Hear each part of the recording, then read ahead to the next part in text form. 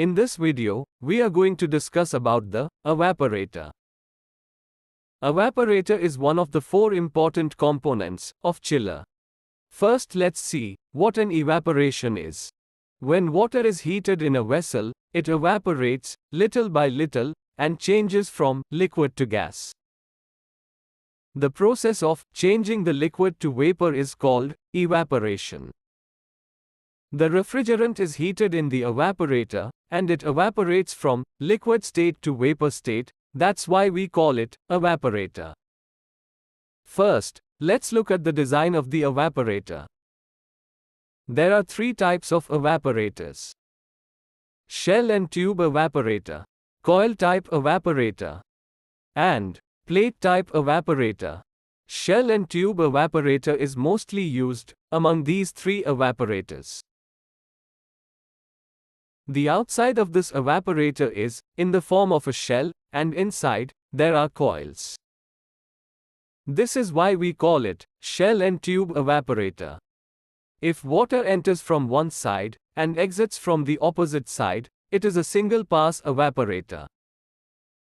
If the water that comes in from one side turns 180 degrees on the other side of the evaporator and comes out through the same way, it is a two-pass evaporator.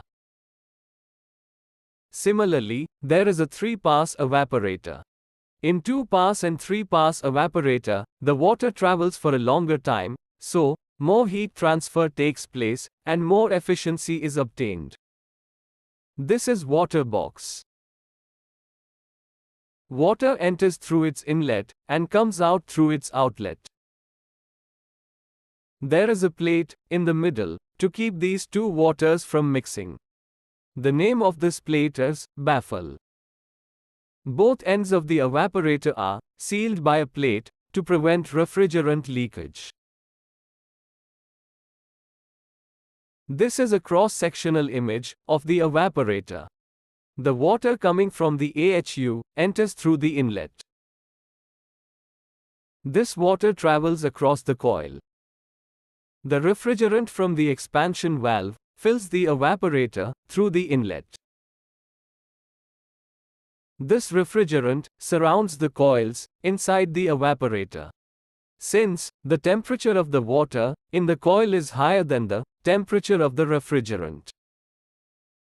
As per the law of thermodynamics, the heat of the water will go to the refrigerant.